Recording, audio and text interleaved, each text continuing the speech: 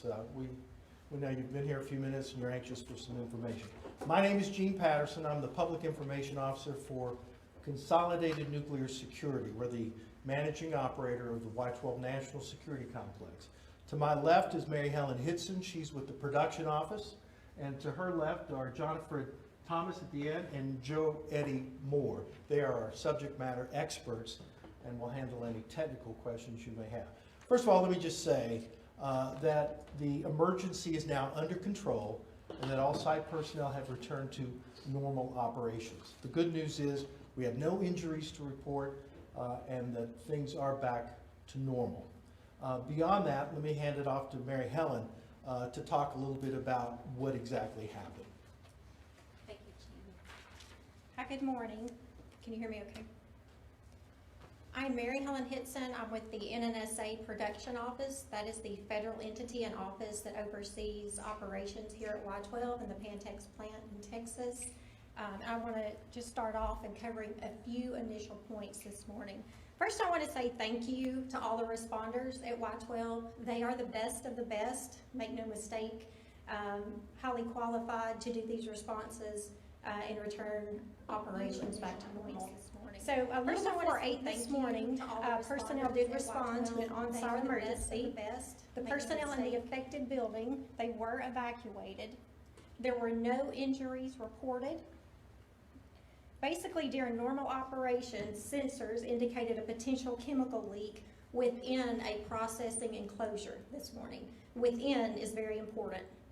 The evacuees, they were relocated to another building per the process, and there was no indication that any of that chemical was released from that processing enclosure.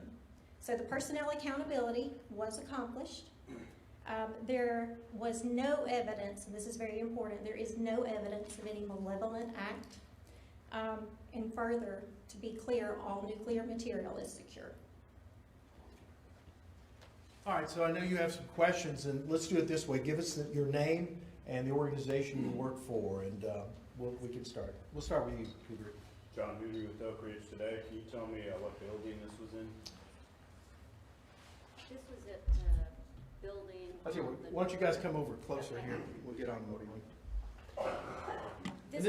This is Joe Eddie Moore. She's with CNS as well. Yes, good afternoon. Good morning. This was in one of our production buildings at 9212 within the western area of our plant where most of our production facilities are located. Others, yes.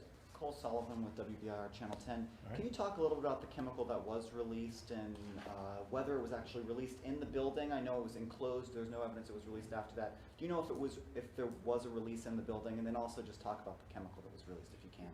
Sure, I'd be happy to. The chemical that was released is called hydrogen fluoride. It is an acidic material. At atmospheric conditions, it is seen as sort of a white vapor. To the question of the building and its area, technically this chemical was released inside an enclosure. So the simplest way for me to describe this is almost like having a closet within a large room. The sensors that alarmed, that indicated a potential leak, which, by the way, is indicated in the parts per million range. 2 sensors did alarm inside an enclosure, this closet-type space, and that was the point at which we entered our normal emergency response effort. So, surrounding the enclosure is an open area. This is an outside area that is equipped with additional sensing equipment, and none of those sensors external to the enclosure indicated any level of chemical. I've got a follow-up. Okay. You said kind of the analogy of a closet I thought was a really good one. How big of a closet, if you will, are we talking? Are we talking something actually closet size that some of us might think about in our home, or are we thinking like a much larger building, but it's just relatively to the larger building as a whole? Something more like along the lines of the square footage of a walk-in closet, right in that range. Other questions? John? John, with your Oak Ridge today, can you tell us what the hydrogen fluoride is used for? It is used in one of our production operations, and it is used in a normal, what we call a normal operation. We'll stop 1 second. This is the plant shift superintendent's office. The emergency situation at 9212 has been terminated. Resume normal operations. There you go. So to finish answering the question, yeah, which is great news. That's what we were here to hear. It is used in normal operations as a chemical in one of our production facilities. We just heard that announcement, when this normal, can you talk about what the emergency procedure is? You know, did alarms go off? Were there notifications like this? What did people working here in that building and then in other buildings here, how were they notified of the emergency? We have an emergency notification system that allows for the plant shift superintendent to make an announcement that sounds in all of the production areas and in the office areas. And so the employees hear that announcement. They're directed to respond. In this case, the employees were directed to evacuate the building that surrounds this particular production process. And so that evacuation is done, full accountability is reached, which all happened.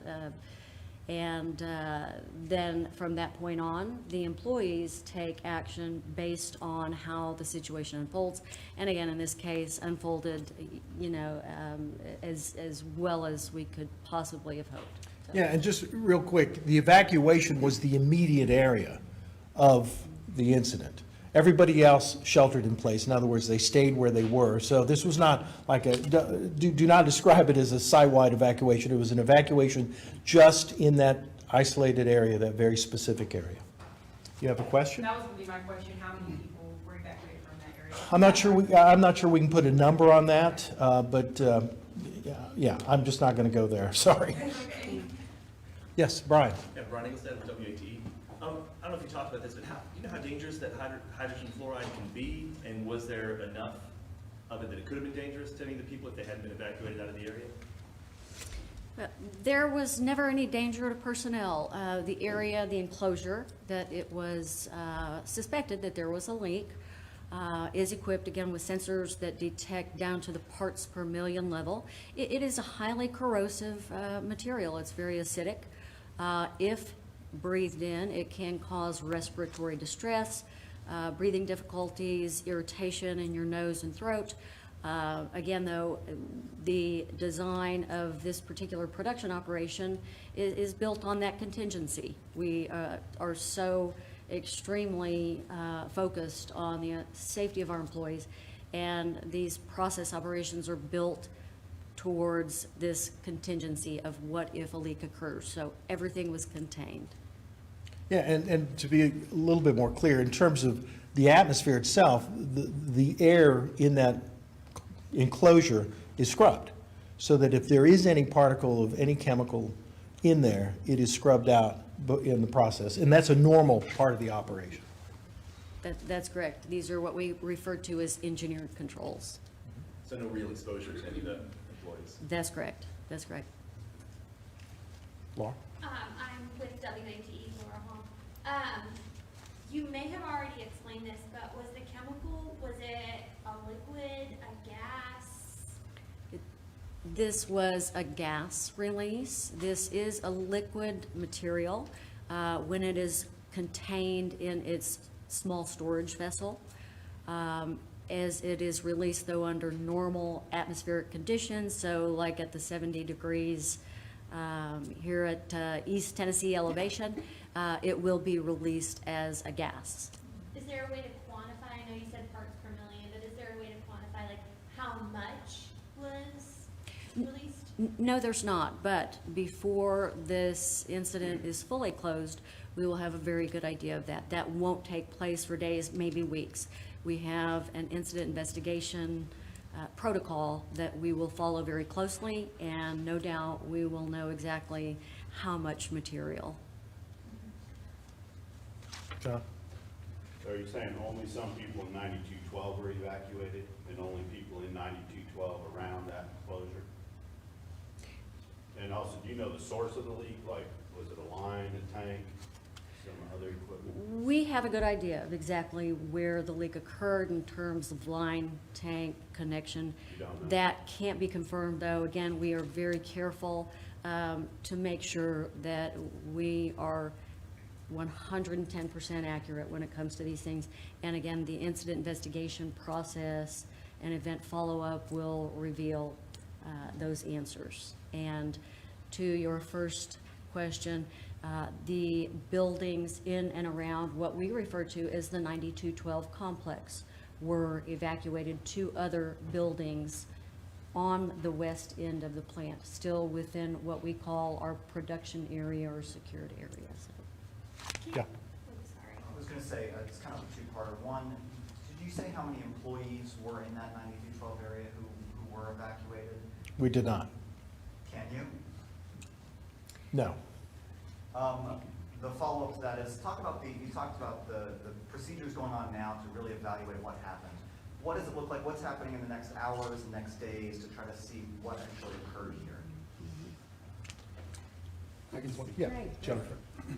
So first and foremost, we will stabilize the equipment and the event scene and make sure that any adverse condition is under control. And then from there'll be a very careful and deliberate process to re-enter normal production operations. And there could be maintenance activities, there could be inspection activities, a host of different things that we would do. That would be a very slow and methodical process to resume that. So is that building not fully operational yet? You're still kind of in the incident response This phase? particular production activity is one of many activities that happen within the 9212 complex.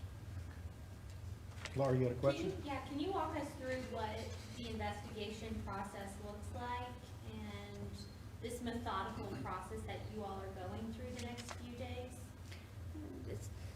To give you a really simple answer, to give you a really simple answer to what really is, as Jean referred to, a very systematic, and Jonathan referred to as well, very systematic and methodical process is a look at people, paper, so procedural or programmatic guidance documents, equipment, so processing equipment, all of those elements of, say, very simplistically, people, paper, and process equipment will be looked at very closely, beginning with the normal production operation that was in progress at the time that we sensed this leak. And that's to figure out basically what went wrong. Yes, we Or will. what happened. Yeah, Well, okay. ultimately, Yeah, what yes, we'll find a root cause to the issue. So if I could add Yeah. briefly. So the systems are designed for leaks. They're designed to contain leaks. They're designed to respond appropriately when those leaks occur. And like we said earlier, our emergency response officials, our operators, the people that operate this equipment, have procedures for response to this type of an event. And we train to that, and we perform to that. And just remember, we design these procedures with a couple of things in mind. Safety to the personnel who are involved and safety to the environment around us. So in this case, all indications point to the fact that our process worked. You know, we got the people out in a timely fashion. They got out orderly. We went in, checked it out. It worked. We've got the people back in operation now. And so we don't know exactly what happened, but again, as Joe Eddy and Jonathan have said, that's going to take a little while as the investigators look. But we're very confident that what we put in place operated as it should have. Yes? Have leaks like this happened in the past that you've had to work to contain these kinds of incidents? I think let's just stick to this one today. I'm sure there's probably archival footage or information out there, but I don't think we want to get into the history of those kinds of things at this point. But just know that in this case, It happened about 8, and by sometime after 9, Mary Helen, we were pretty much under control and back in normal operations. John, you had a question? Yeah, I was wondering, actually two. One is, how critical is hydrogen fluoride to the production process? In other words, does this introduce any kind of delay into production at 9212? I'm not sure we're really at liberty to talk about that, or can we? Right, we're gonna limit what, thank you, we're gonna limit what we say about our production operations. All of you are here from the local area, so you know what our business is. But it is, as all of the production operations, a key. Everything here we do is sort of a batched and what I would call a semi-batch operation. So we go from point A to point B to point C. And so it's like a link in a chain, and this is one of those linkages. All right, we're going to wrap it up. Well, all right, one last question, John, and then we're done. I was wondering about the scrubber.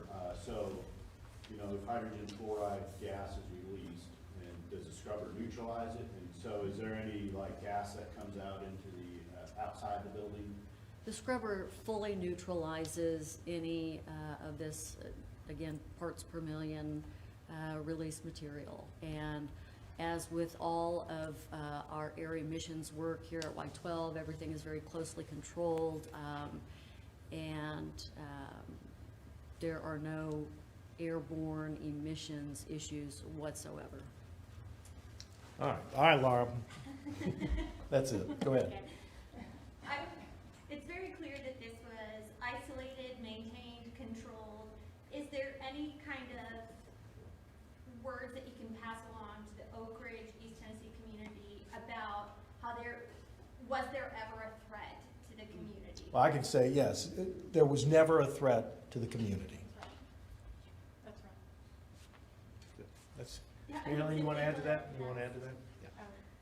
No, I can just echo what Jean said. There was no threat to the community. This was contained in its enclosure, which is great news.